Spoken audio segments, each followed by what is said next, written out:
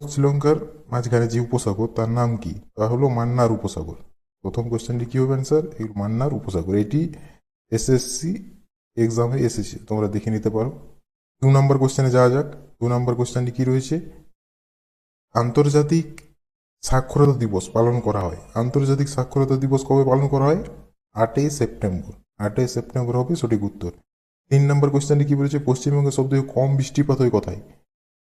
তো এটি কি হবে? ময়ূরেশ্বরে সব থেকে কম বৃষ্টিপাত হয়ে থাকে পশ্চিমবঙ্গে। ঠিক আছে। 4 নম্বর কোশ্চেন দেখা যাক কি রয়েছে। রাজ্যের রাজ্যপাল কার নিকট দায়িত্বশীল থাকেন? রাজ্যের রাজ্যপাল কার নিকট দায়বদ্ধ থাকে? রাজ্যের রাজ্যপাল রাজ্যপাল কার নিকট থাকেন? তা হলো রাষ্ট্রপতি। রাষ্ট্রপতির নিকট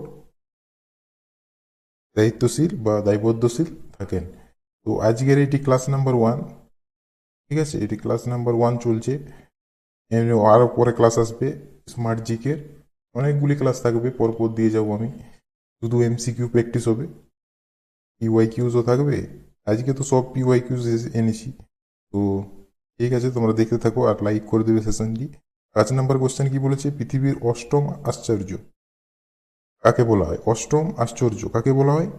5 নম্বর কোশ্চেন, তা হবে বড়বুড়ের স্তূপ।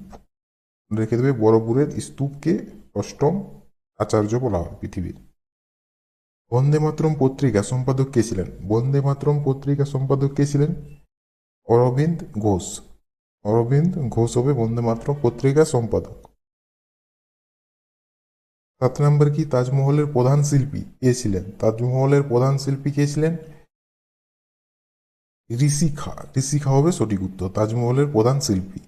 8 নম্বর কোশ্চেন কি বলছে? রাজ্যসভার কোন সদস্য সর্বাধিক কত বছরের জন্য নির্বাচিত হন?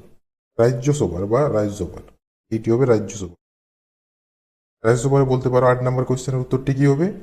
6 বছর। রাজ্যসভা 6 বছর, আর লোকসভা কি হবে? লোকসভা 5 বছর হয়ে থাকে, আর রাজ্যসভা 6 বছর। তো এটি সঠিক উত্তরটি হবে 6 বছর। 8টি কোশ্চেন হলো, সব মিলে 30টি কোশ্চেন রয়েছে, আরও 22টি কোশ্চেন রয়েছে এখনো। তো 9 নম্বর কোশ্চেনটি দেখা যাক কি রয়েছে। ভারতের উপরাষ্ট্রপতি কিভাবে নির্বাচিত হন? উপরাষ্ট্রপতি কিভাবে নির্বাচিত হন তাহলে? 9 নম্বর কোশ্চেন, উপরাষ্ট্রপতি বলতে গেলে লোকসভা, রাজ্যসভা, সরি রাজ্যসভা। ঠিক আছে, রাজ্যসভা। এটি কি হবে উত্তরটি? কিভাবে নির্বাচিত হন? পরোক্ষভাবে। রাজ্যসভা কিভাবে নির্বাচিত হন? পরোক্ষভাবে। কবে বিবেকানন্দ শিকাগো শহরে বক্তৃতা দেন? 1893 সালে তিনি বক্তৃতা দিয়েছিলেন। 11 নম্বর কোশ্চেন কি বলেছে? রাজস্থানে কাঁধার মেলা কোথায় হয়? কাঁধার মেলা কোথায় অনুষ্ঠিত হয় রাজস্থানে? 11 নম্বর কোশ্চেন, সেটি হবে জয়পুরে অনুষ্ঠিত হয়। কাঁধার মেলা জয়পুরে অনুষ্ঠিত হয়ে থাকে।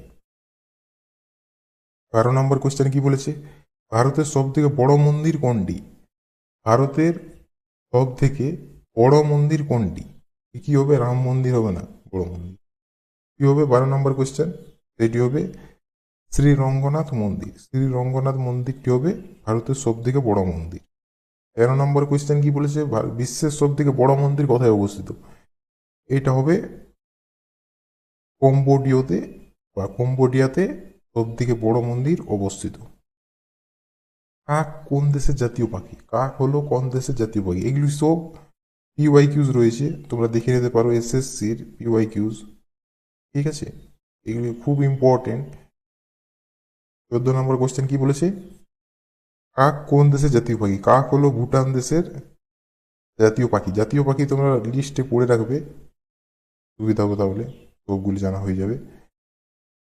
15 নম্বর কোশ্চেন কি বলেছে? বিশ্বের একমাত্র ভাসমান ডাকঘর কোন হ্রদে অবস্থিত? ভাসমান ডাকঘর কি হবে এটি? 16 নম্বর কোশ্চেন, 16 না 15 নম্বর কোশ্চেন, কি হবে এটি? ডল হ্রদ। ডল হ্রদ হবে ভাসমান ডাকঘর বিশ্বের। কোন পাখি দুধ ও ডিম দুয়ে পারে?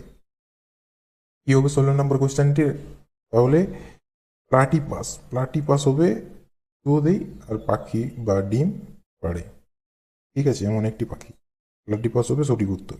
17 নম্বর কোশ্চেন কি বলেছে? চাঁদ তারা কোন দেশের জাতীয় প্রতীক? এইটি সবাই জানবে, পাকিস্তান। 18 নম্বর কি হবে? কোন রাজ্যের প্রধান ভাষা হলো খাসি। খাসি কোন রাজ্যের প্রধান ভাষা? খাসি হলো কোন রাজ্যের প্রধান ভাষা? মেঘালয়ের প্রধান ভাষা হলো খাসি। 19 নম্বর কোশ্চেন কি বলেছে? মানুষ একদিনে কত অক্সিজেন গ্রহণ করে? পিপিআইটি, এটা অনেকবার এসেছে। মানুষ একদিনে কত অক্সিজেন গ্রহণ করে? এটি হবে 550 লিটার। 550 লিটার অক্সিজেন গ্রহণ করে থাকে। 20 নম্বর, দিল্লি ভারতের রাজধানী কোন বছর হয়? 1911 সালে, সবাই জানো। 21 নম্বর কি বলেছে? লাল বাহাদুর শাস্ত্রী এয়ারপোর্ট ভারতের কোন রাজ্যে অবস্থিত? লাল বাহাদুর শাস্ত্রী, এটি হবে গোয়া। লাল বাহাদুর শাস্ত্রী গোয়া রাজ্যে অবস্থিত একটি এয়ারপোর্ট। 22 নম্বর কোশ্চেন কি বলেছে? কোন দেশে আগ্নেয়গিরি লাভার নীল রং হয়? কোন দেশের আগ্নেয়গিরি লাভার নীল রং হয়? অন্য দেশের কি হয়? লাল লাল হয়ে থাকে, এটি নীল কালারের হয়ে থাকে, নীল কালার। ঠিক আছে, তো এটি কি হবে উত্তর? ইন্দোনেশিয়া হবে সঠিক উত্তর। নীল কালারের লাভা বার হয়ে থাকে। 23 নম্বর কোশ্চেন কি বলেছে? লাল পিঁপড়িতে কোন অ্যাসিড পাওয়া যায়? এটা তো সহজ কোশ্চেন, ফর্মিক অ্যাসিড পাওয়া থাকে। 24 নম্বর কোশ্চেন কি বলছে? গান্ধীজির প্রথম সত্যাগ্রহ আন্দোলন কোথায় শুরু হয়েছিল? গান্ধীজির সত্যাগ্রহ আন্দোলন হবে চম্পারণ। চম্পারণ ছোট থেকে পড়ে আসছো। 24 নম্বর কোশ্চেনের উত্তর হয়ে যাবে অপশন বি, চম্পারণ। 25 নম্বর কোশ্চেন কি বলেছে? বিশ্বে জনসংখ্যা দিবস কবে পালন করা হয়? বিশ্বে বলেছে, বিশ্বে জনসংখ্যা দিবস কবে পালন করা হয়? 11 জুলাই হবে সঠিক উত্তর। বিশ্বে জনসংখ্যা দিবস 11 জুলাই পালন করা হয়ে থাকে। 26 নম্বর কোশ্চেন কি বলেছে? বিশ্বের সব থেকে ব্যস্ত বাণিজ্যিক নদী কোনটি? ব্যস্ত বাণিজ্যিক নদী কি হবে এটি? 26 নম্বর, এটি হলো রাইন নদী, হলো সব থেকে ব্যস্ততম নদী বাণিজ্যিক দিক থেকে। 27 নম্বর কোশ্চেন কি বলেছে? রামায়ণে অনুবাদ ফার্সি ভাষায় কে করেছিলেন? ফার্সি ভাষায় অনুবাদ কে করেছিলেন রামায়ণ? এটি হবে বদায়ুনি হবে সঠিক উত্তর।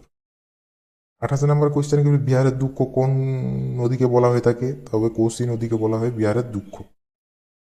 তারপরে কোশ্চেন কি বলেছে? বীরভূম জেলার সদর দপ্তর কোথায় অবস্থিত? বীরভূম জেলার সদর দপ্তর হবে সিউড়িতে অবস্থিত। আজকের এই পর্যন্ত থাকলো।